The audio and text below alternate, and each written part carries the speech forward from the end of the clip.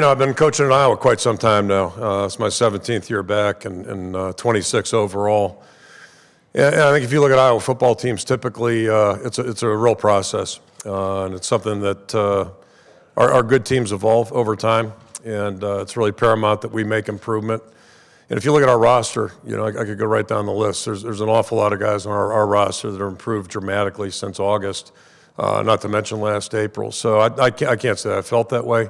But I would also say that the majority of my years at Iowa, I've always felt like we have an opportunity to grow into a good football team.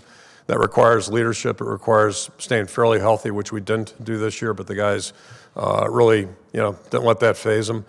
And then we need some good stories, and we've had some of those too. So, those are the things that typically the teams I've been around that have been successful, whether it's the last 17 years or back in the 80s, it's usually it's a developmental thing. 85 might be an exception to that.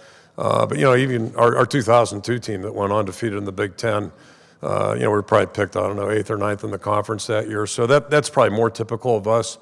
And I think, it's funny, somebody from Columbus just sent me a preseason prognostication from whatever the paper is, the Dispatch.